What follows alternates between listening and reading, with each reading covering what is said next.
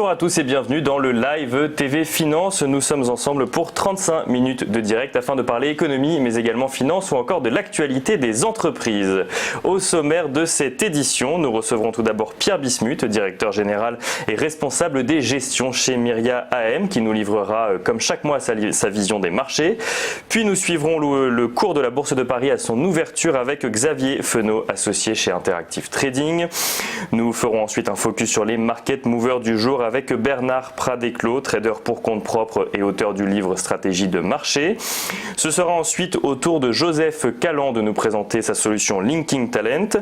À 10h ensuite en codiffusion avec La Tribune, Dominique de Saint-Laurent nous présentera WeLodge, suivi à 10h10 toujours en codiffusion avec La Tribune de Christophe Bourbier, PDG de Limonétique, et Vincent Ducrochet, VP stratégie chez Ingenico Group, qui nous parleront des différents moyens de paiement autres que la carte bleue.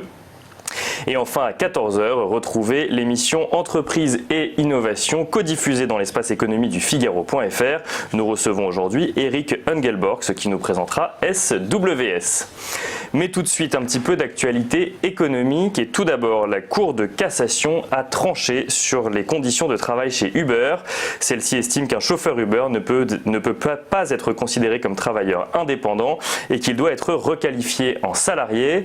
Celle-ci a exprimé dans un communiqué que lors de la connexion à la plateforme numérique Uber, il existe un lien de subordination entre le chauffeur et la société.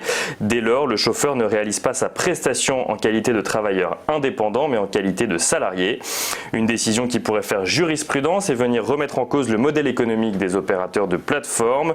La Cour de cassation a d'ailleurs pris le soin de traduire cet arrêté en anglais et en espagnol pour inviter d'autres juridictions européennes à se prononcer sur le sujet. Et coronavirus toujours, nous suivons tous l'évolution de l'épidémie de très près, autant pour ses potentielles conséquences sur notre santé que pour ses conséquences économiques. Si l'épidémie semble ralentir en Chine continentale ces derniers jours, elle continue de progresser dans le reste du monde. En France, selon un bilan publié hier, 285 cas sont à présent confirmés dans 13 régions. Et cela ne se limite pas à la France métropolitaine puisque des premiers cas ont été constatés en Guyane également.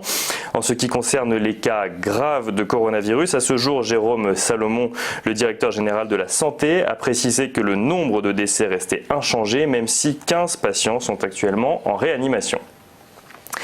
Et enfin, nous finissons cette revue de presse avec un point sur la course à la présidence aux États-Unis. Michael Bloomberg a annoncé qu'il se retirait de la course à l'investiture démocrate pour donner son soutien à l'ancien vice-président de Barack Obama, Joe Biden.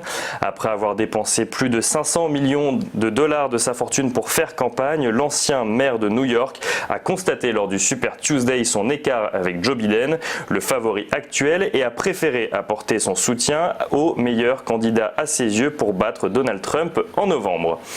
Du côté des marchés financiers, le CAC 40 clôturé hier en hausse, plus 1,33% à 5464 points. Le Dow Jones, lui, s'affichait en très forte hausse, plus 4,53% à 27 090 points.